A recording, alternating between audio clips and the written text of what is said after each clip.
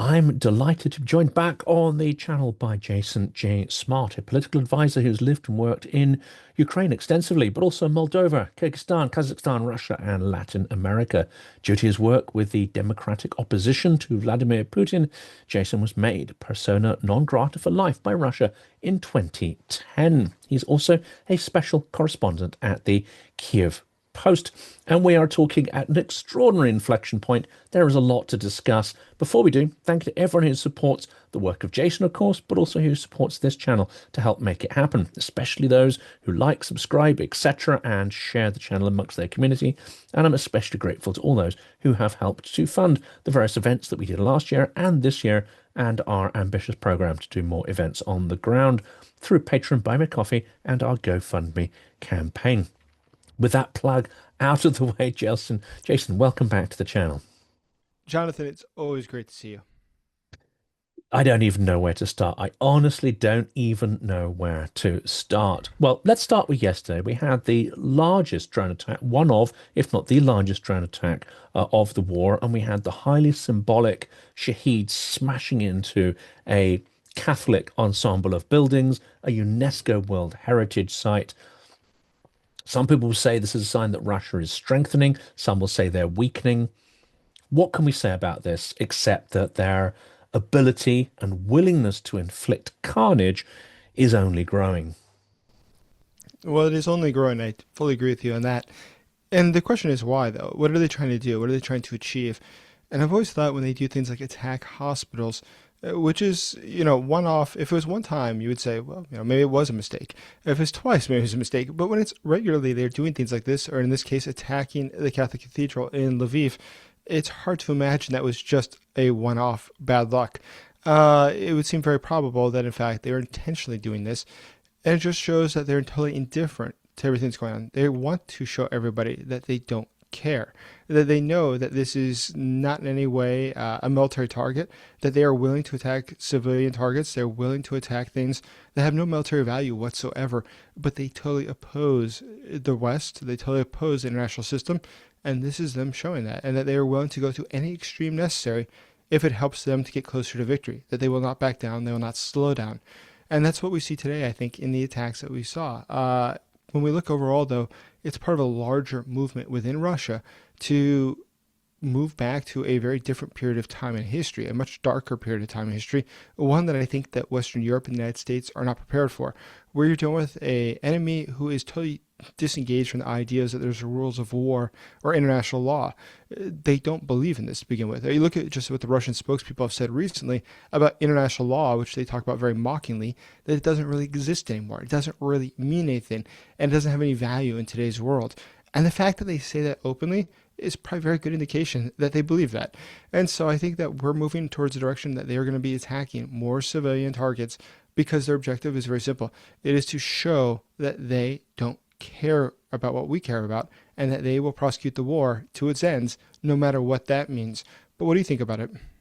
I think that's the case, and I think we fail to see many of these lessons. One of these lessons is that in every strike, we look for the military purpose, when in fact there often isn't one. There is terror against civilians, terror against their adversaries, but there also is this desire to inflict humiliation and also to test. Look, we're going to strike a UNESCO World Heritage Site. We're going to show that you're going to do nothing about it, that we have absolute impunity to do that, and we're going to humiliate and mock you. We're also sort of going to test that that narrative is still the case. Okay, you've done nothing. Oh, you've just suspended the process where you were going to stop buying Russian oil. So you're going to carry on buying our oil, and you've done that at the same moment that we lash out. Well, it's humiliation and it's test of our resolve. Unfortunately, we fail that test time after time after time. Absolutely the case. I think you're absolutely right about that. It is fascinating how they like to sort of rub it in your face. They're doing something. And they'll say, if they really want to oppose it, for instance, we always talk about how NATO is so important, that NATO really has a great deal of value. And immediately, they send some drones into NATO countries. We just saw a drone in Lithuania the other day that exploded. What does this all mean? Well, they're saying if you really have red lines, as we propose to have, then why aren't you enforcing them? Your red lines mean nothing. We know that they mean nothing. We know that in the end, you don't have what it takes to enforce your words. And so we will go to the line that we see as being red, regardless totally of what you believe is important. It also seems there's something else we're missing here, and I'd love to get your point of view on this. There still seems to be the assumption that even amongst those who say, okay, well, Russia's really not negotiating in good faith, but they say, often it's diplomats who say, but all wars end in a negotiation. Ultimately, Russia has some form of economic rationality. Very difficult for us to sort of figure out what that is, but ultimately there's some rationality there. There's some ends which will satisfy them, and ultimately they will have to come to the table. I think that is fundamentally wrong. Ultimately, Russia believes that we will give in, we will surrender our allies, we will surrender Ukraine to them, we will acquiesce to be beaten, humiliated, and then conquered and have all our stuff stolen. That, I think, is where this is heading. We fail to see that actually there's no economic rationality beyond territorial expansion, beyond sort of the acquisitiveness and theft of our resources, our things. And that's what we're dealing with. This might sound harsh. I don't know if you're on board to take it that to its logical conclusion. Most fully. I mean, listen, we look at it this way. When we think about rational, we usually means we understand that to mean that, to me, it makes sense. But it's not what rational is. It means that it makes sense to the person who's doing it within the own system and framework that he has. So within the Putin framework, if your objective is maintain power, which means my inner circle has to also be enriched and to be kept close to me so they don't betray me. If as long as they're making money, they're fine. It doesn't really matter what happens to the rest of Russia. We see how expendable those soldiers are. Who can burn through 1,200,000 soldiers of Russia that have been casualties? I think that's rational from a military standpoint. Well, it is, because they believe that ultimately the West will just give in. They'll see that there's no point in trying to fight Russia, that Ukraine will eventually break due to the fact that the numbers are just overwhelming coming from Russia. They believe this. So in their own system, though it doesn't make sense to us, it makes perfect sense to them. And it's coherent. And that's the important point, is that, to be rational means that it's coherent and cogent to one's own system and metric which is being used. And to the Russian system, it is. But also when you look at what the Russians are doing in the peace talks, I find it to be fascinating, is unfortunately many people in the West, and unfortunately the White House very clearly, doesn't seem to understand Russia and modern Russia well enough to understand some of the signals that they've sent. We saw in the first round of peace talks, they sent Medinsky. Now, anyone who knows Russia today understands who he is. He's an ultranationalist. He was involved in rewriting history books to have this Ruski Mir, the Russian world sort of worldview, this idea that there's Holy Rus and everything else. So when you send a guy like that to the peace talks on your behalf, it's like sending Tucker Carlson. Everybody who's within the system understands very much what you're saying. You're saying that you're not taking this seriously. You're sending it over somebody who's clearly making a mockery of the entire thing. But there's someone else they sent. Dare I say Witkoff and Jared Kushner, exactly, I mean, not so dissimilar, perhaps. It is not so dissimilar. I would agree with you. And by the way, the other interesting group that they sent in the first round of peace talks, look at some of the people and just Google where they were born. A lot of them were born in Ukraine. And so when you're sending people that were born in Ukraine to the peace talks, it's saying this is who our representatives are. Why is that? Because they totally buy into what we're saying about Ruski Mir. Why don't you? And they're mocking the Ukrainian side. They're not taking these talks seriously. These people are not going there empowered to really make a deal. They're not there to do that. If you're interested in that, you would send people who are empowered to make a deal, but they're not. They don't want to send those people. And now they're sending a member of parliament from United Russia, the party of Putin. The guy is the grandson of Molotov, Vyacheslav Molotov, who was the Soviet foreign minister, of course, under Stalin, who made the Ribbentrop Agreement. Why are they sending him? I think it's very obvious they're sending a signal. The guy's an ultranationalist. The guy actually is interesting. He wrote his dissertation about the Republican Party in the United States. By the way, his when you look at his entire strategy, it is that we have to have and he's in charge of the fund, Ruski Mir, by the way. But when you send a guy like that to be the negotiator from the Russian side, you're sending him to the United States now to go with members of Congress. What does that mean? Well, you're quite obviously signaling that you're not interested whatsoever in what's going to come next with these talks. You're interested in sending somebody who will just be a mouthpiece of the Kremlin. And there's another aspect here, and this I've long argued, including with many Russians, that they do not understand their own country. They do not understand the system they live in, especially those who came of age in the early 2000s and have lived in St. Petersburg, Moscow, let's say Ekaterinburg, relative material affluence if they found themselves in the right kind of class of people, with the sort of shops and the digital convenience. Actually, Russia moved pretty quickly. Already in the 90s, it was moving. In the early 2000s, it digitized faster than many European countries. And so there's this sense of being very connected, very online, having a certain impatience with services. You want things to happen now. You want to buy food at 3 in the morning, get it delivered to your door. Yes, you can do that. There was that kind of stuff in that culture. I've always made the case since the 90s that these people do not understand the mechanics of their own system, because as soon as their comfort is no longer not just a priority, but as soon as their comfort gets in the way of the regime's objectives, well, they'll be chewed up and spat out just like everybody else. The fact is, they've been cosseted in a gilded cage for so long is because it suited the regime to do so, because it's helped support their power base. Now we're seeing, and this is Russians getting fooled by this, and the West not really understanding this. We're now seeing the internet getting shut off. We're seeing their convenient gilded cage suddenly become one which is less comfortable, with iron bars instead of the sort of the lovely sort of gold ones, and it's not feathered anymore.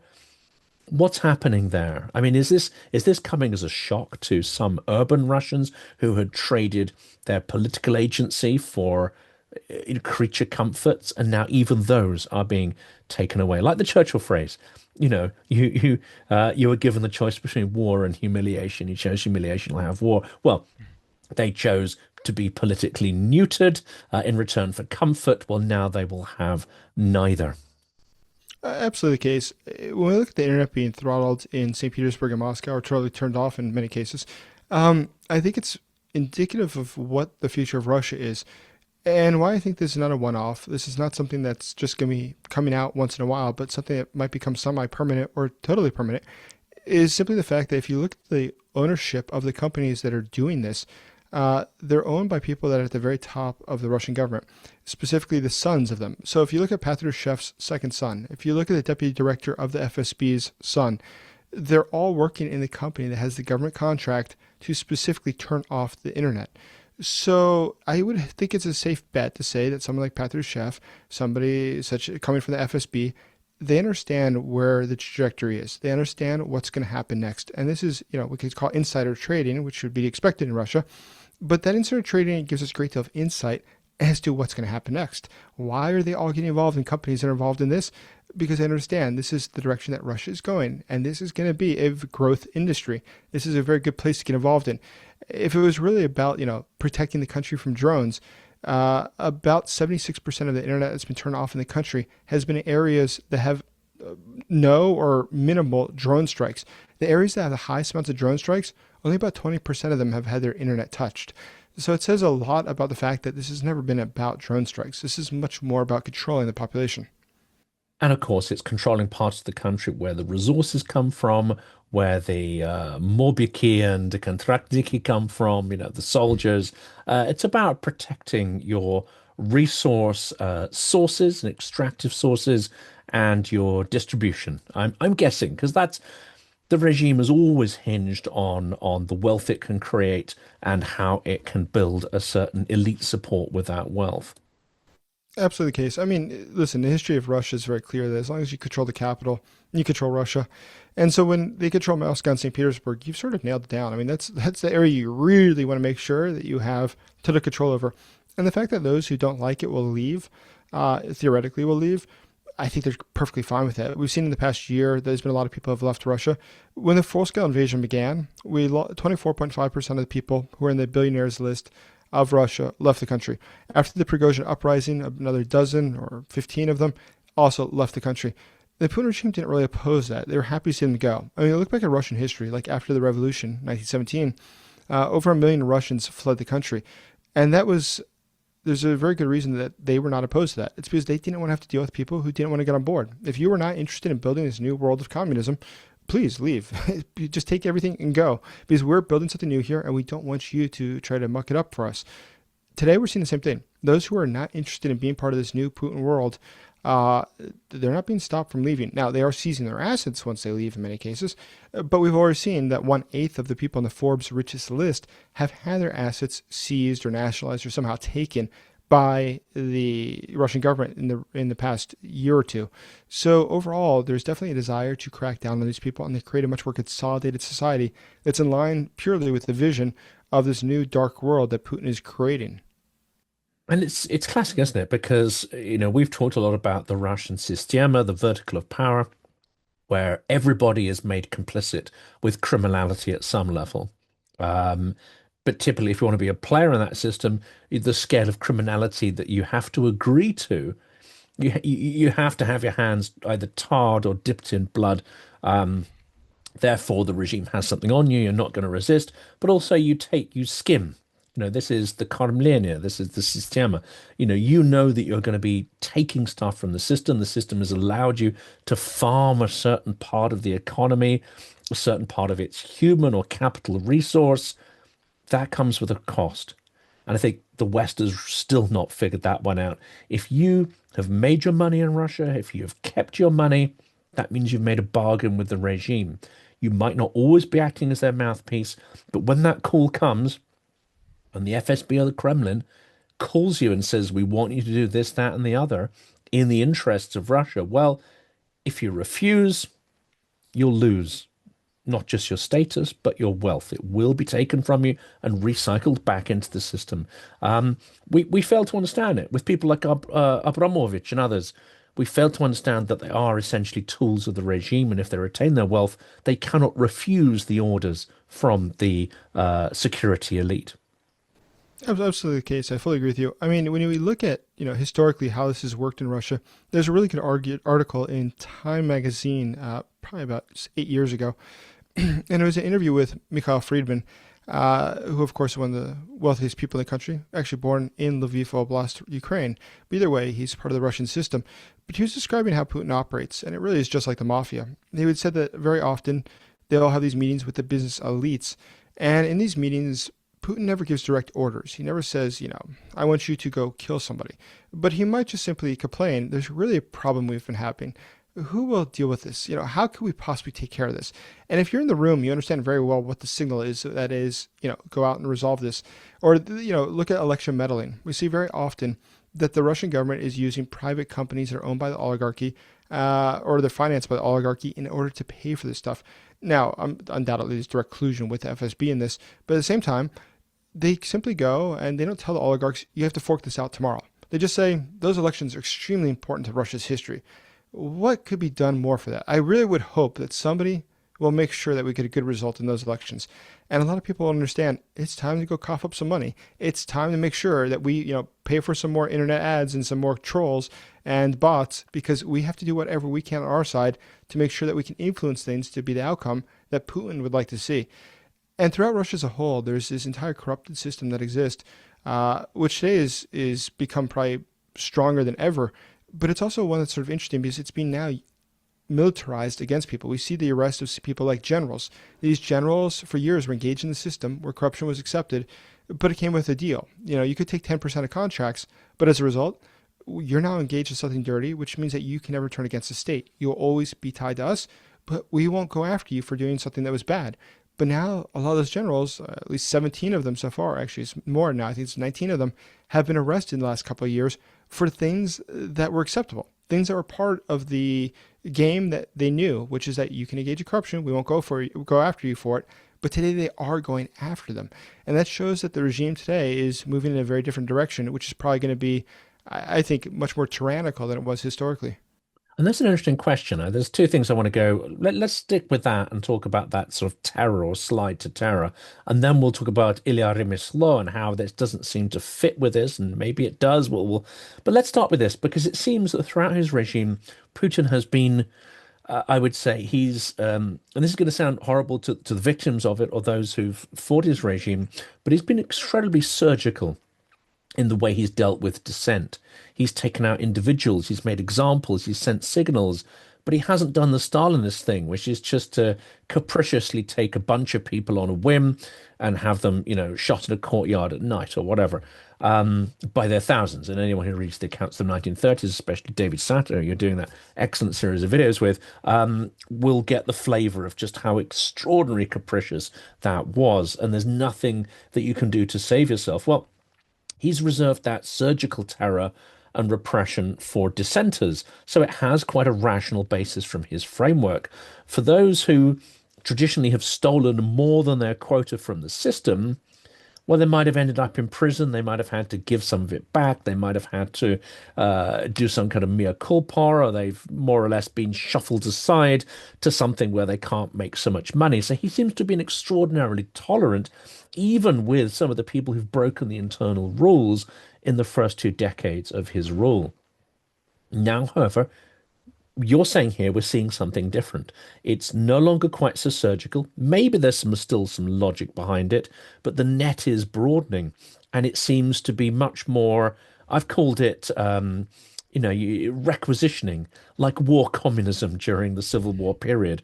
It seems that the state needs to take back a lot more of its largesse in order to preserve itself.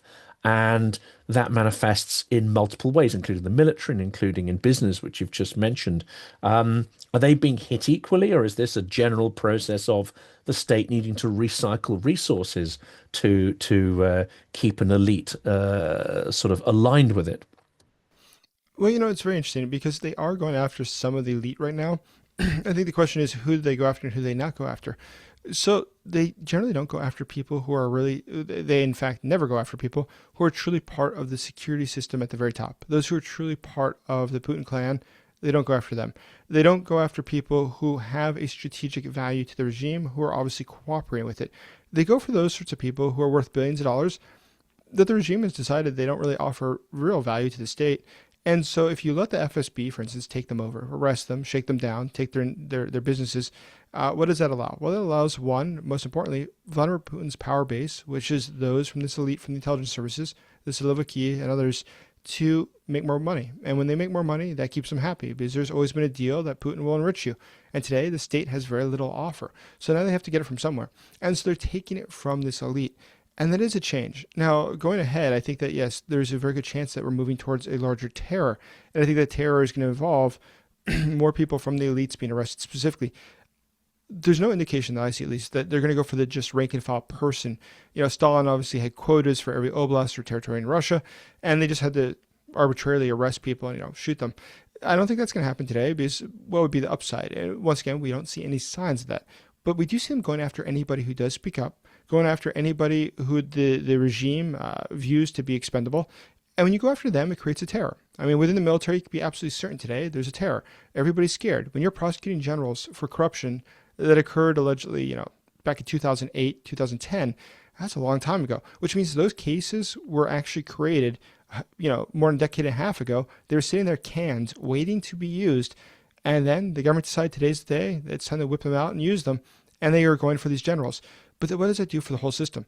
Well, it shows everybody that at any point it could be your day. And I think the strategy is that then they've got these people to become completely afraid of what tomorrow is. And so they'll do what the state wants without resisting it whatsoever.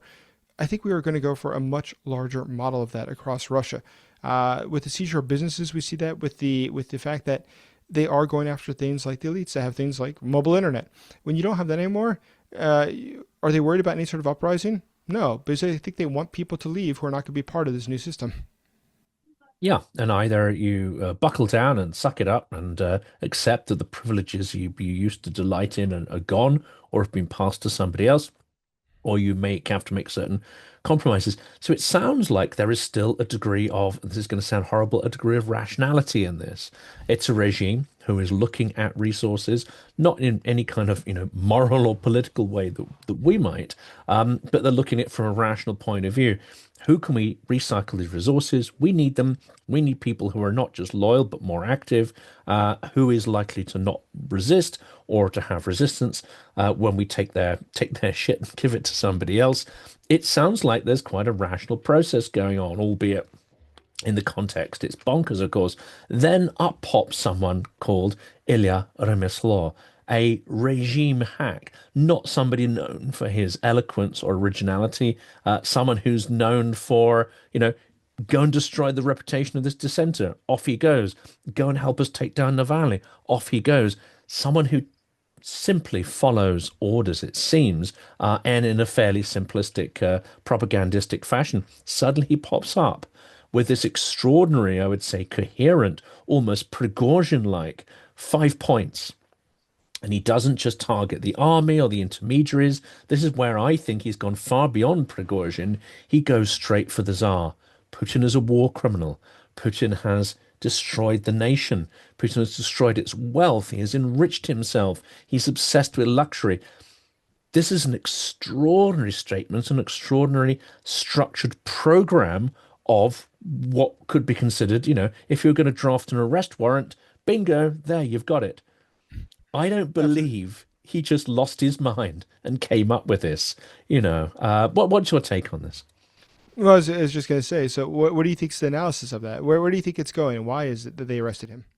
I think it's extraordinary that he almost immediately ended up in a psychiatric hospital, one with extraordinary resonance because it is the one actually that was used in the Soviet Union to persecute people into psychiatry.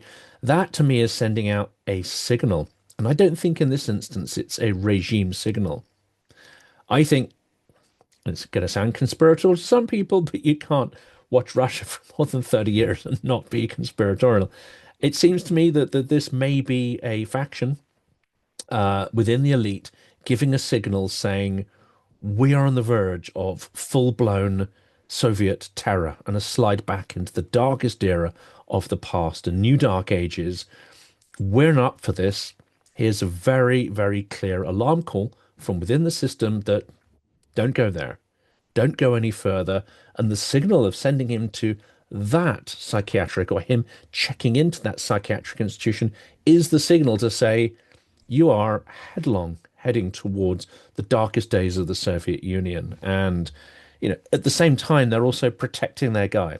One assumes that he's now sitting there almost, they've almost sort of put him maybe beyond reach, at least temporarily, and that he's going to be well guarded. If that's the theory, if he's doing this on behalf of some clique or elite, then I'm pretty sure he'll be pretty well guarded, and they've taken him off the scene very quickly. If, however, he's quite literally lost his mind, then his 5 points are remarkably cogent. And his interview with Plushev was remarkably, I would say, clear. He did not seem like somebody who was mad, put it that way. Well, yeah, it would indicate the most rational thing he's ever said was after he's gone crazy. So I think there's Yeah, a but that's not uncommon for the Russian system, actually.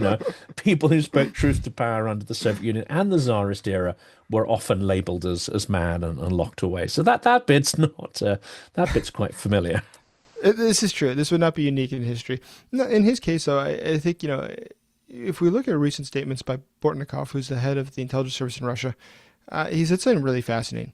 Bortnikov, in a very obviously pre-scripted interview, a so-called journalist, he's a well-known Kremlin mouthpiece, came up to him at a microphone at an event and just by chance asked him, how are things going? Now, Bortnikov's response was sort of interesting. He said that there's problems right now in Russia due to the fact that at the very top levels, there are puppet masters who are serving British intelligence and serving the Ukrainians that are, in fact, infiltrating for the British and the Ukrainians. And I thought it was fascinating because at first, well, why did he say that? Was that deflection, trying to say why things are going badly is because, foreign influence. But that doesn't make sense. In fact, it's probably signaling what's going to come next. Because if you've just admitted on television that there is, in fact, infiltrators at the very top working against the interests of the state, then that means that they have to be rooted out. At all costs, they must be rooted out, which would then justify some sort of crackdown on these people. It would justify a much larger purge at the top. And I think we're very much so, very quickly, heading that direction. And it's going to be incredible to see what happens next. The system is already very weak. But if we just look at the people around Putin and what they're doing, what Russia says is one thing. What they do is very different. And what they do is far more important than what they say. And I think, unfortunately, a lot of people lose time focusing on different mouthpieces that are used, such as Dugin, is the one who's most often cited. They always say Putin's brain.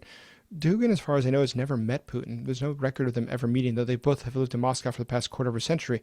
Why they never meet? As far as I know, Putin has no interest in whatsoever, Dugin thinks. I think Putin understands how to use the auspices of nationalism or the Russian world or whatever it is to try to justify his actions. He needs to come up with something.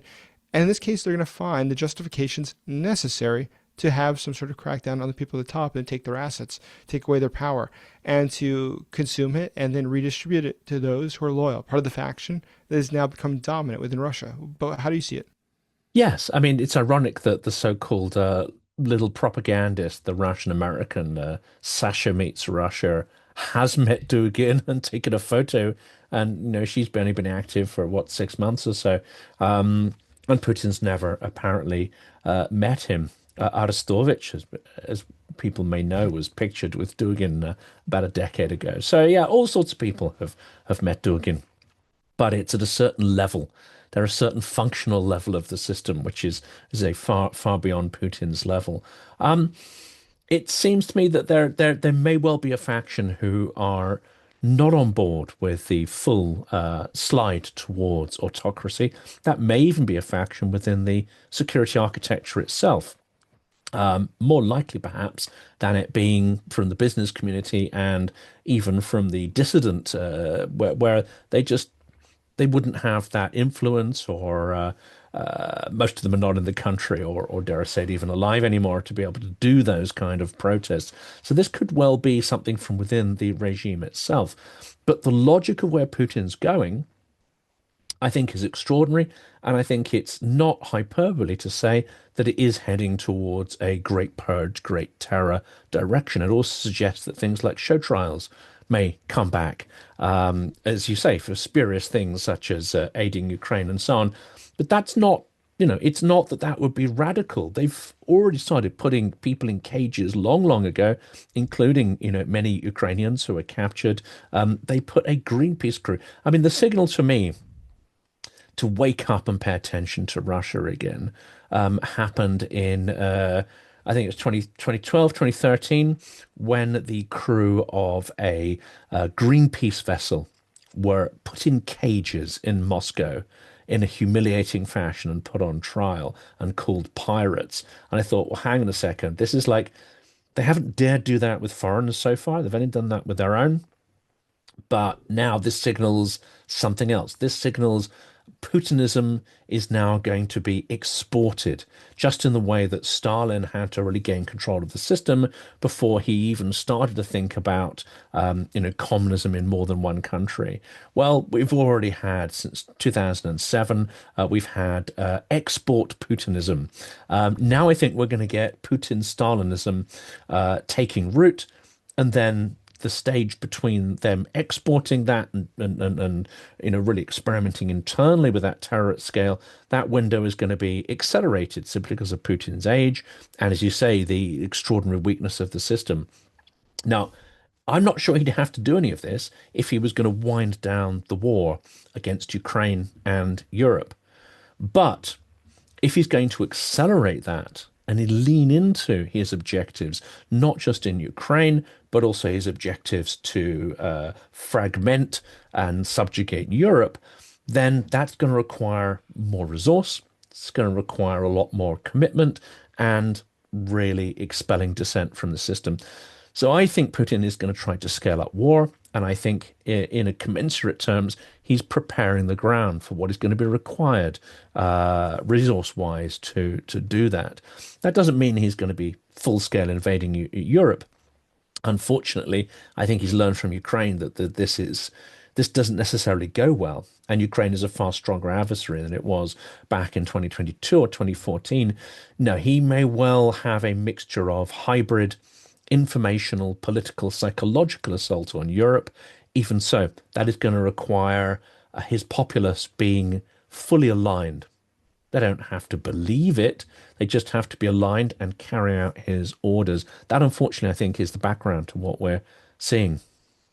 Absolutely. No, it's exactly what I see as well. I think at this point, it is sort of interesting in the Soviet system that they were never as interested in what people believed as to what they're willing to espouse and not, shy away from. So, whether or not you actually believe in the orthodoxy of Leninism, nobody really cares. Nobody's asking you, as long as you're willing to repeat that you do believe in it.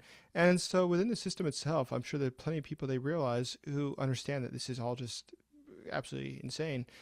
But that doesn't really matter. As long as they're willing to go along with it, they're not going to create a problem. They're willing to just roll with it. You're not a problem for the system. You're willing to make the system, perpetuate. And that's something that they're looking for. But right now, they're definitely going in a direction that I think many people would have not foreseen a decade or 2 decades ago, which is truly rolling back to a very different time in history. This is nothing like what we're seeing, as far as I can think of, any other country in the world. I mean, this is truly phenomenal what we see in Russia. Just the seizure of wealth alone is something that's incredible. This has been the largest amount of seizure of wealth in Russia from the top people since right after the revolution, more than 100 Since years ago. 1917, yeah. This is truly amazing. The transfer of wealth in the past few years has been the largest transfer in more than 100 years. The transfer going the opposite direction was privatization in the 90s, but today we're seeing the opposite direction happen. And this is all a sign of what's happening next. And the fact that so many of Vladimir Putin's top people, their deputies, his top most trusted people, their sons have such very prominent positions, whether it's in things like VTB Bank, which is actually where Petrushev's second son also was engaged, or actually his first son was engaged in a different bank that's associated with the state. Why do you have all your sons in these very strategic positions? They're preparing for the long term. They're setting them up to make sure that they will be the next generation of this system that they're creating.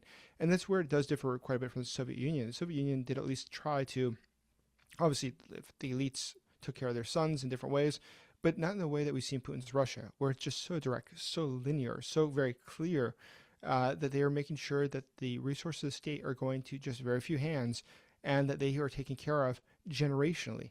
That is a big shift. And it's going to be very interesting to see how that plays out. But it's very obvious at this point that the future of the Russian people is not something that anybody is worried about today in the Kremlin. And this is the curious thing, which hopefully historians will focus on.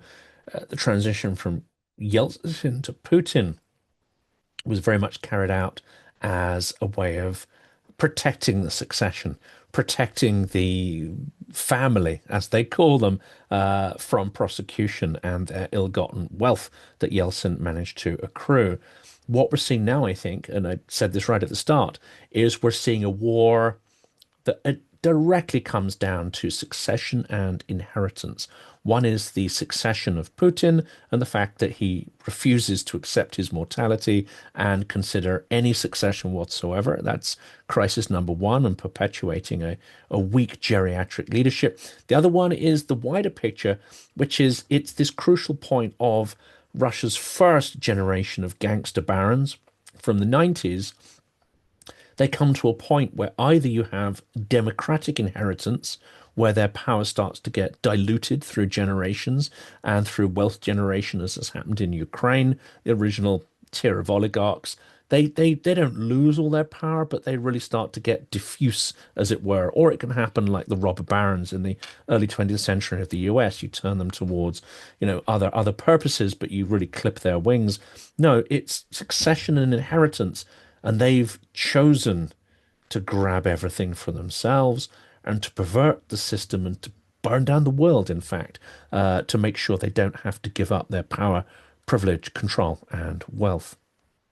Absolutely the case. It's very worrisome, though, is that I think that a lot of people don't appreciate the historical parallels. The fact of what we're seeing inside of Russia is not like Europe. It's not like the US. It's totally unique and different. And so we should pay attention to it, understand this entire ecosystem that they've created for themselves and what the expansion of that means for us, what it means for our security.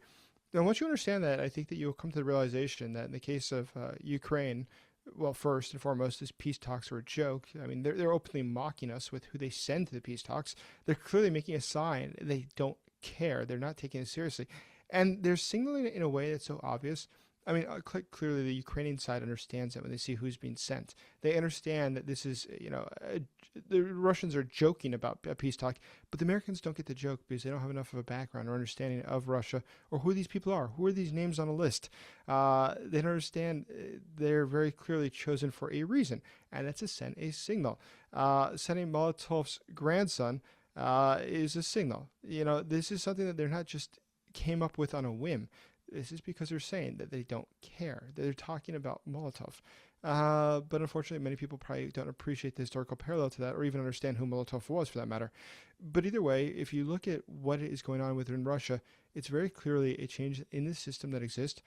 They are definitely going to head towards darker times. Putin himself is sort of interesting, is that he's disappeared for the past 16 days at this point, 17 days. He's been gone. Nobody's quite sure where he is. And there's a lot of questions as to what's up with Putin these days.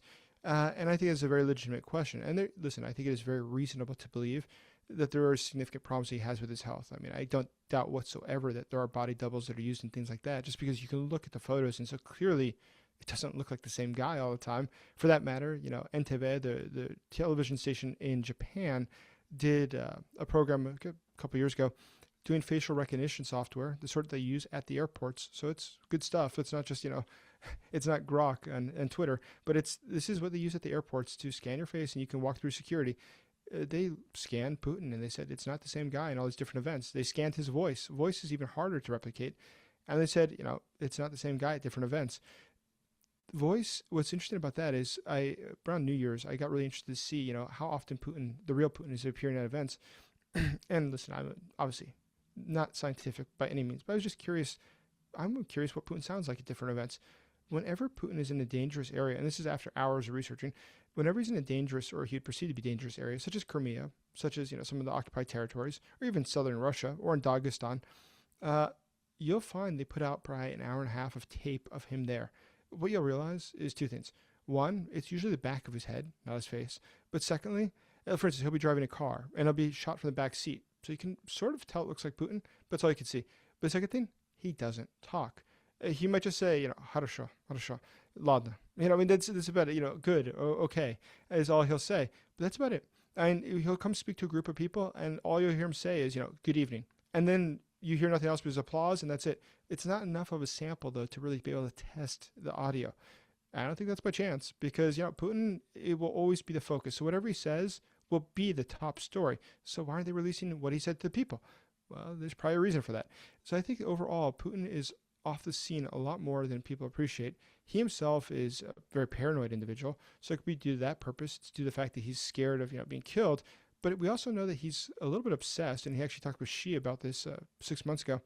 He's a little bit obsessed with the issue of prolonging his life, making sure that he can live for 100 plus years. And because of that, God only knows what treatments he's doing for that, but also what he's doing right now to try to preserve his health or to stay out of the public so that he can continue to rule. So whether or not he will live that long, we don't know, probably improbable. But even if he doesn't, he's setting the conditions now to make sure that the system will still be there for him in 25 or 30 years. And that's the crackdowns that we're seeing today. Absolutely extraordinary. And Julia Ioffe has written a little bit about that paranoia, that obsession with life, the terror that the abduction of Maduro and the assassination of Iran's top leadership may have instilled in him. That's a topic for another day. And then you have the video of the cough. Now, I again don't think that was released accidentally. I don't think his system has accidents like that, or at least it hasn't to date, and the people who commit such careless errors, well, it's Windows or T kind of scenario, isn't it? But it seems to me that that cough was not necessarily released accidentally. And the other thing people don't quite understand is you cannot have a weak strongman, or at least you cannot have a physically ailing strongman. That's like sharks in the water. The minute that happens, it's game over. So releasing a video that shows physical frailty and weakness, that's an extraordinary signal that a clique that maybe is about to move against him would want that kind of signal out there because they know psychologically that triggers something in every Russian's brain, which is this guy isn't going to protect us. We need the next strong man. I totally agree with you. I mean, listen, when that cough came out, he was giving his March 8th Women's Day address. They started coughing, and it was a prolonged period of time. They was coughing, asking for water.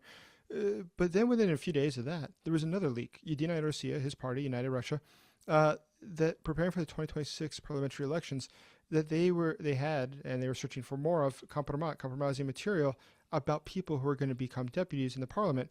And what's interesting about that was the fact that, well, two things. One, it's that they are collecting actively and they want more of information that makes their own members of parliament look bad. it shows that they're engaged in corruption or engaged in things that are unethical or immoral, because they want to make sure that they have something to hold over them all the time. The guillotine is always ready. But second to that is the fact that that leaked. Why would that leak? How did that information get out? And in my eyes, this is a sign that there's, in fact, just a few days after March 8th, this came out after the other video, that somebody on the inside that's very internal, very senior level decided to make that public. But look in the case of what we just saw in Hungary. You saw it's leaked now that they were planning for assassination attempt of Orban, a fake attempt, in order to show that, Orban's being attacked and all this other sort of thing. My question that came out was, well, I'm not surprised, but secondly, who leaked that information? Because who would possibly know that the Russians were recommending this to Orban other than people that are close to Orban or people that are close to the Kremlin? There's only two sources this could come from. And I'm guessing it came from the Russian side, because there seems to be an interest from somebody that's at a very senior level to start discrediting what is going on in the Putin system as a whole. And that discreditation is a sign, I think, of the larger war going on inside the Kremlin that's hidden from the plain view of most people. Fascinating. Well, we're going to follow up on this in more detail. It's been an absolute privilege and delight to be able to have such an extended conversation with Jason on these topics. I think people are going to find this thrilling, and hopefully we'll hear a lot of insight they haven't heard before. And if you're not following Jason and his work at either his YouTube channel or Kyiv Post, then you really ought to be. For today, though, thank you so much. Jonathan, always great to see you. Love Silicon Curtain. Thank you for watching this video. Your support is massively appreciated. Here's just a quick notice at the end of it. Please do stick with this, because here are two important messages. Firstly, there are links in the description of this, and I really want to share with you the work of Stephen Moore and his team. Founder of Ukraine Freedom Project. He's a former congressional Republican chief of staff, and he's been in Ukraine now for most of the full-scale war. In fact, he was there on day 5 of the war, and he's produced an extraordinary film, A Faith Under Siege, that documents Russian atrocities against Ukrainian Christians. If you haven't seen that, if you haven't even seen the teaser, I strongly recommend you look at that, and of course look at the wider work that his team does to evangelize the importance of Ukraine as a topic, especially and crucially now amongst congressional Republicans. Khartiia is a Ukrainian corps operating around Kupiansk, which is a critical area of the front. Now, this campaign won't be for everybody. It is a kinetic campaign in that we are crowdsourcing here for funds to buy vampire drones. 15, in fact. 5 of those have already been achieved in this campaign, but we are looking to scale this up to get the full amount of $40,000 US. That's going to Dzyga's Paw that are handling this. This is an incredibly important campaign. There are many creators who are taking part in this. My view is that it's not enough at this point just to help Ukraine to survive. It's not enough just to invest in humanitarian causes. Not everyone's going to be comfortable with this, but they have to remove the invaders from their lands. To do that, they need the skills, the munitions, the weaponry to achieve that. This is where these vampire drones come in. So please, this isn't a full polished promo. I'm still working on that, but the campaign launches today.